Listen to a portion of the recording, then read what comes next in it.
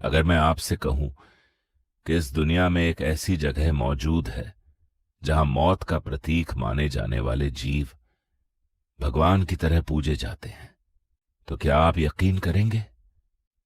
एक ऐसी जगह जहां हजारों चूहे इंसानों के पैरों के नीचे दौड़ते हैं, लेकिन कोई डर नहीं होता। जहां उनका झूठा खाना प्रसाद बन जाता है, और जहां विज्ञान आज भी चुप खड़ा है, न कोई ठोस जवाब, न कोई अंतिम निष्कर्ष। तो क्या यह चमत्कार है, या आस्था की शक्ति, या फिर किसी ऐसे रहस्य का हिस्सा जिसे इंसान अभी तक समझ नहीं पाया? आज हम आपको लेकर चल रहे हैं राजस्थान के बीकानेर जिले के देशनोक में स्थित एक ऐसे मंदिर की ओर जिसे पूरी दुनिया राइट टेम्पल के नाम से जानती है। यह है करणी माता मंदिर। इस कहानी की शुरुआत होती है विक्रम संवत 1444 से, यानी लगभग 1387 ईस्वी से। राजस्थान के जोधपुर जिले के एक छोटे से गांव सुआप में चारण कुल के एक सम्मानित परिवार में मेहाजी और देवलबाई के घर एक कन्या का जन्म हुआ। लेकिन यह जन्म सामान्य नहीं था। स्थानीय मान्यताओं के अनुसार यह बालिका अपनी मां के गर्भ में पूरे 21 महीनों तक रही। हां, 21 महीने, जहां आधुनिक विज्ञान कहता है कि मानव गर्भधारण 9 महीनों में पूर्ण होता है, वहीं यह घटना आज भी विज्ञान के लिए एक अनसुलझा रहस्य बनी हुई है। उस बालिका का नाम रखा गया रिधु कंवर। लेकिन जन्म के कुछ ही समय बाद ऐसी घटनाएं होने लगी जिन्होंने लोगों को सोचने पर मजबूर कर दिया। कहा जाता है कि रिधु कंवर की एक बुआ जन्म से ही विकलांग थी, चल नहीं पाती थी, जीवन भर पीड़ा में थी। एक दिन छोटी सी रिधु ने उनके सिर पर हाथ रखा और फिर अचानक कुछ ऐसा हुआ जिसने पूरे गांव को हिला दिया। वो महिला जो वर्षों से चल नहीं पाई थी, धीरे धीरे खड़ी हो गई और चलने लगी। उस क्षण उनके मुंह से निकला, यह तो करणी है, यानी कल्याण करने वाली।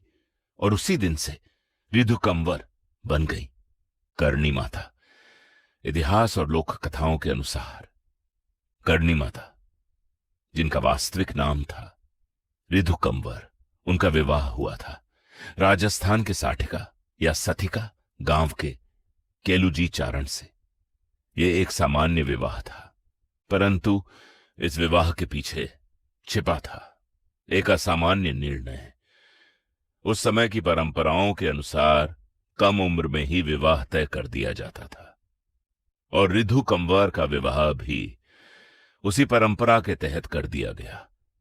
परिवार, समाज, सब कुछ सामान्य था, लेकिन जो आगे हुआ वह बिल्कुल भी सामान्य नहीं था। कहा जाता है कि विवाह के बाद जब वह समय आया जिसे एक दांपत्य जीवन की शुरुआत माना जाता है, तब रिधु कंवर ने एक ऐसा निर्णय लिया जिसने सब कुछ बदल दिया। उन्होंने अपने पति केलूजी से कहा, मेरा जीवन सांसारिक नहीं है, मेरा जन्म किसी बड़े उद्देश्य के लिए हुआ है। मैं इस संसार में सेवा और साधना के लिए आई हूं। यह सुनकर कोई भी व्यक्ति आहत हो सकता था, लेकिन कहा जाता है कि केलूजी ने उनके निर्णय को समझा और उनका सम्मान किया। करणी माता ने दांपत्य जीवन को त्याग दिया और पूरी तरह से भक्ति, सेवा और तपस्या के मार्ग पर चल पड़ी। लेकिन यहां कहानी खत्म नहीं होती। करणी माता ने अपने पति केलूजी के लिए एक और व्यवस्था की। उन्होंने अपनी ही छोटी बहन गुलाबबाई का विवाह केलूजी से करवा दिया ताकि उनका वंश आगे बढ़ सके।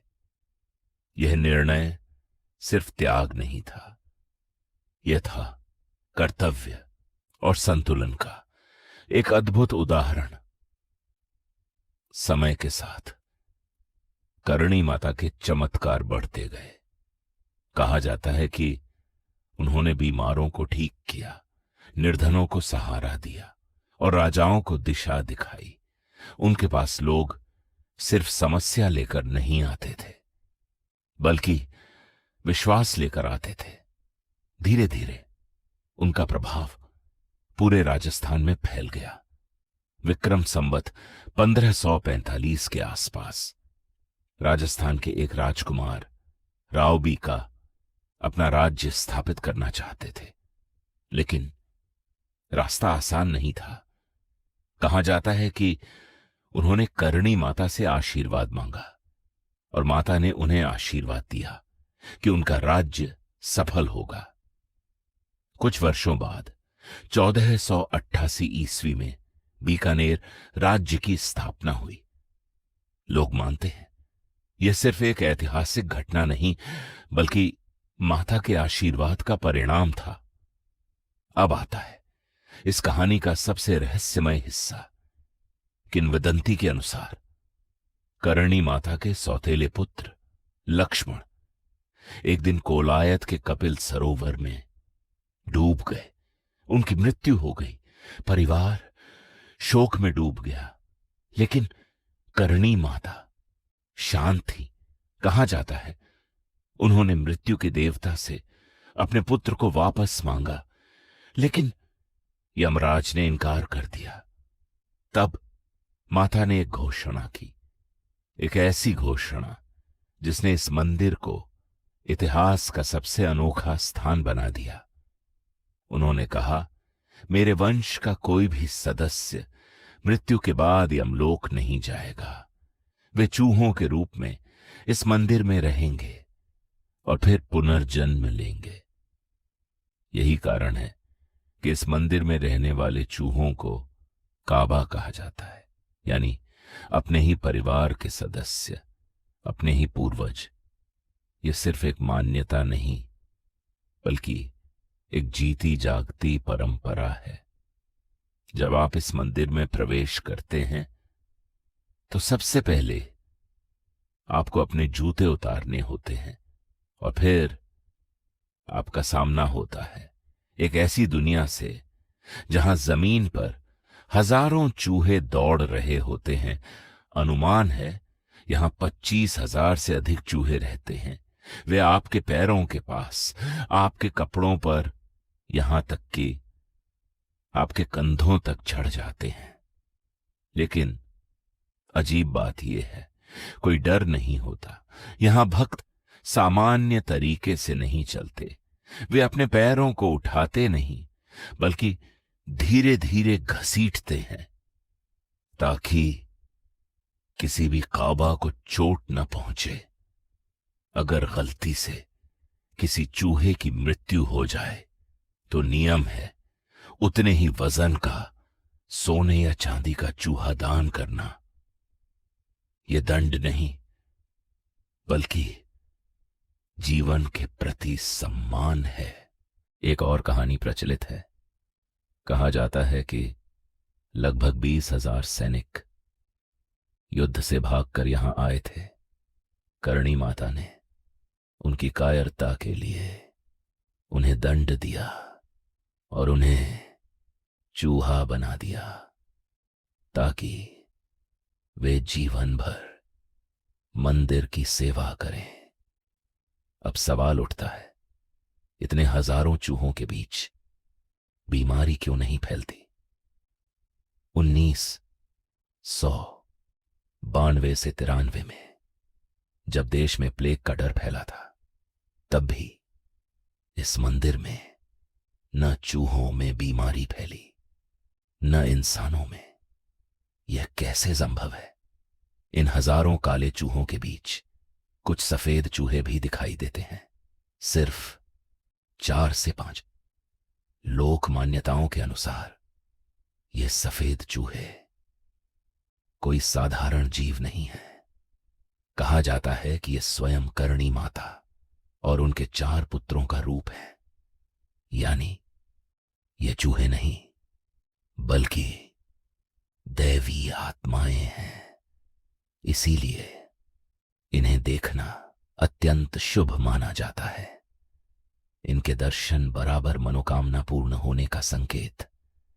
मंदिर में आने वाले भक्तों का मानना है, अगर आपको सफेद चूहा दिख जाए तो समझो माता ने आपको देख लिया। बहुत से लोग घंटों इंतजार करते हैं सिर्फ एक झलक पाने के लिए, और अगर वह चूहा आपके पास आ जाए या आपके ऊपर चढ़ जाए तो इसे और भी बड़ा आशीर्वाद माना जाता है। अब बात करते हैं विज्ञान की। सफेद चूहे असल में होते हैं एल्बिनोरेट्स, यानी इनमें पिगमेंटेशन यानी रंग बनाने वाला तत्व नहीं होता, इसलिए ये सफेद दिखाई देते हैं। लेकिन यहां आता है सबसे बड़ा सवाल। इतने हजारों चूहों के बीच सिर्फ 4 से 5 सफेद चूहे ही क्यों? जेनेटिक्स के अनुसार अगर यह ट्रेट मौजूद है तो या तो तेजी से फैलना चाहिए या पूरी तरह खत्म हो जाना चाहिए। कुछ वैज्ञानिक कहते हैं यह कंट्रोल्ड ब्रीडिंग का परिणाम हो सकता है या पॉपुलेशन डायनामिक्स का इफेक्ट, लेकिन कोई ठोस यूनिवर्सली एक्सेप्टेड एक्सप्लेनेशन नहीं है। और यहीं से आस्था अपनी जगह बना लेती है। भक्तों के लिए यह कोई जेनेटिक म्यूटेशन नहीं, यह है माता की उपस्थिति का प्रमाण। उनका मानना है सफेद चूहे बराबर दिव्य ऊर्जा, उनका दिखना बराबर ब्लेसिंग, उनका दुर्लभ होना बराबर उनकी विशेषता। और यही बात इसे रहस्य बना देती है। फिर भी सदियों से इनकी संख्या लगभग समान है।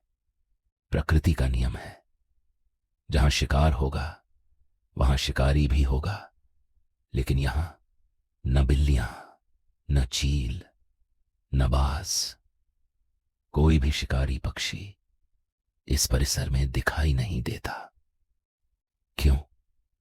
विक्रम संवत 1595 यानी 1538 ईस्वी में करणी माता ने देह त्याग दी और उनकी साधना भूमि आज एक भव्य मंदिर है। 20वीं सदी में महाराजा गंगा सिंह ने इसे संगमरमर और चांदी से सजाया।